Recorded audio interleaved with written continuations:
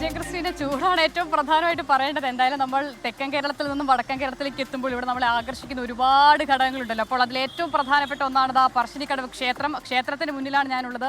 ഈ ചൂടൊക്കെയാണ് നമ്മൾ പറയുമ്പോഴും തെരഞ്ഞെടുപ്പ് 2 ദിവസത്തിന് അപ്പുറമാണെന്ന് പറയുമ്പോഴും ഇവിടെ വലിയ തിരക്കാണ്. ഒരുപാട് ആളുകൾ ഇവിടേക്ക് എത്തുന്നുണ്ട്. എന്തായാലും ഞാൻ പറശ്ശിനിക്കടവിലാണെന്ന് പറഞ്ഞു കഴിഞ്ഞു. സ്വാഭാവികമായും ഞാൻ തളിപ്പറമ്പ് മണ്ഡലത്തിലാണുള്ളത്. അതിശക്തമായ മത്സരം നടക്കുന്നുണ്ട്. ഇവിടെ LDF നിന്ന് PK ശ്യാമള മത്സരിക്കുന്നു. UDF സ്വതന്ത്രനായി TK ഗോവിന്ദൻ, NDA സ്ഥാനാർത്ഥി N ഹരിദാസ് ആണ്. ഒപ്പം തന്നെ കൊയ്യം ജനാർദ്ദനൻ കോൺഗ്രസിൽ നിന്നും UDF നിന്നും സ്വതന്ത്രനായി മത്സരിക്കുന്ന മണ്ഡലം കൂടിയാണിത്.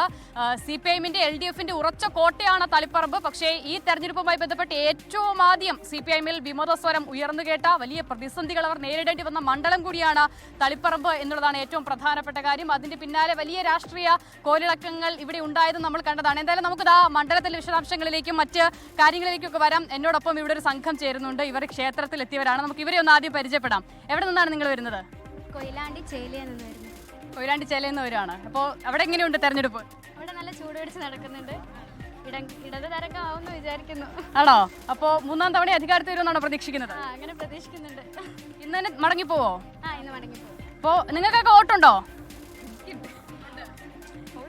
കന്നിവോട്ടാണോ?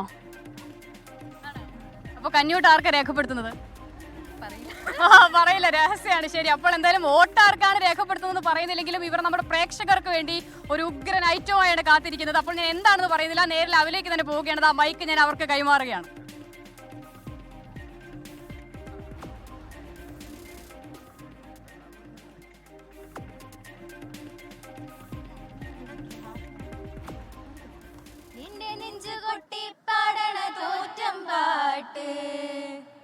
നിന്നെയുള്ള മലിയണേ അത് കേട്ട് കേട്ട് എന്റെ പൊന്നു മുത്തപ്പ നീ ഭഗവാൻ വെള്ളാട്ട് നിന്റെ കോവിൽ മുൻപിൽ എന്നും മീനോട്ട് എന്റെ മുത്തപ്പ എന്റെ പൊന്നു മുത്തപ്പ മുത്തപ്പ എന്റെ പൊന്നു മുത്തപ്പ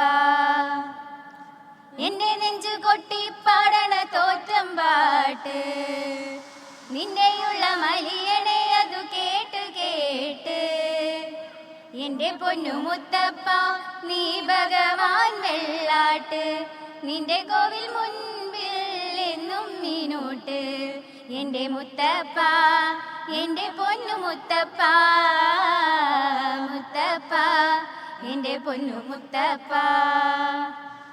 ഓക്കെ, ഗംഭീരമായിട്ടുണ്ട്. അപ്പോൾ എല്ലാവരും തിരിച്ച് ഇന്ന് തന്നെ നാട്ടിലേക്ക് പോകാൻ ജനാധിപത്യ പ്രക്രിയയിൽ ഭാഗമാകണം. കന്നിവോട്ട് അത് ഉറപ്പായിട്ട് രേഖപ്പെടുത്തണം. ആർക്കാണെന്ന് പറഞ്ഞില്ലെങ്കിൽ അപ്പോൾ ഞാൻ പറഞ്ഞു, നമ്മൾ മുത്തപ്പന്റെ നടയിലാണുള്ളത്. തളിപ്പറമ്പ് മണ്ഡലത്തിലാണുള്ളത്. LDF-ന്റെ കോട്ടയാണ് തളിപ്പറമ്പെങ്കിലും ഇവിടെ അപ്രതീക്ഷിതമായ ട്വിസ്റ്റ് ഈ തെരഞ്ഞെടുപ്പിൽ ഉണ്ടായ മണ്ഡലമാണ്. അപ്പോൾ ഇതൊക്കെ എങ്ങനെ തെരഞ്ഞെടുപ്പിൽ പ്രതിഫലിക്കുമെന്ന് വിശദമായി പരിശോധിക്കാം നമുക്ക് തളിപ്പറമ്പിന്റെ പൂർണ്ണ ചിത്രത്തിലേക്ക്.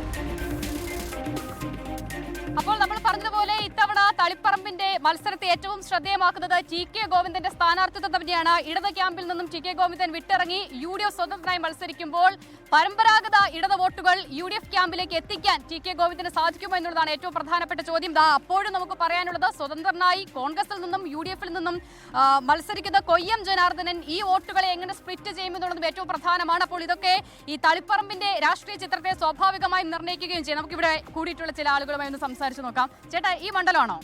ഈ മണ്ഡലമല്ല. ഈ മണ്ഡലമല്ല. ഇവിടെ ഒരുപാട് ആളുകളെ കണ്ടു, പക്ഷെ ആരും ഈ മണ്ഡലമല്ല. ഏതാണ് മണ്ഡലം? ഏതാണ്? കൊടുവള്ളിയാണ്. എന്താണ് അവിടുത്തെ അവസ്ഥ? ജയിക്കും. വലിയ ആത്മവിശ്വാസത്തിലാണോ? നല്ല ആത്മവിശ്വാസത്തിലാണ്. അപ്പോ ഭരണം മാറുമോ അതോ? ഭരണം മാറൂല. ഒരു സംശയമില്ല, ഒരു മാറ്റമില്ല. അതെ. എന്താണ് ഇത്ര ആത്മവിശ്വാസം? ഒരു സാഹചര്യം ഇപ്പൊ നിലവില്ലല്ലോ. ഇത്ര നല്ലൊരു ഭരണം ഉണ്ടായില്ലല്ലോ. ജനങ്ങൾ വിജയിച്ചു.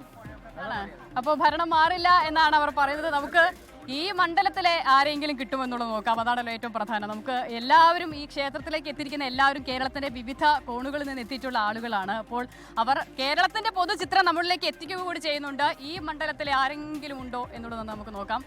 ചേട്ടാ എവിടെ നിന്നാ വരുന്നത്? ഈ മണ്ഡലത്തിലാണോ? അല്ലല്ല, ഈ മണ്ഡലം വളരെ ദൂരം. നമ്മൾ നാദാവരം എന്ന സ്ഥലത്ത് വരുന്നത്. എന്താണ് അവിടുത്തെ അവസ്ഥ? എന്താണ് അവിടെ നിനക്ക് അറിയില്ല.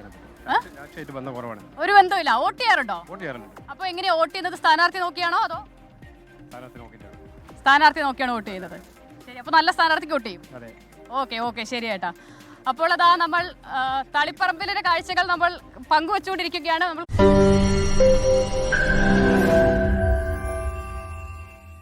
ലോകത്തെവിടെയായാലും ഏത് സമയത്തും 24 വാർത്തകളും ഓഗ്മെന്റഡ് റിയാലിറ്റി പാക്കേജുകളും എക്സ്പ്ലെയിനറുകളും വിശദമായി കാണാൻ ഞങ്ങളുടെ യൂട്യൂബ് ചാനൽ നിങ്ങൾക്ക് സബ്സ്ക്രൈബ് ചെയ്യാം.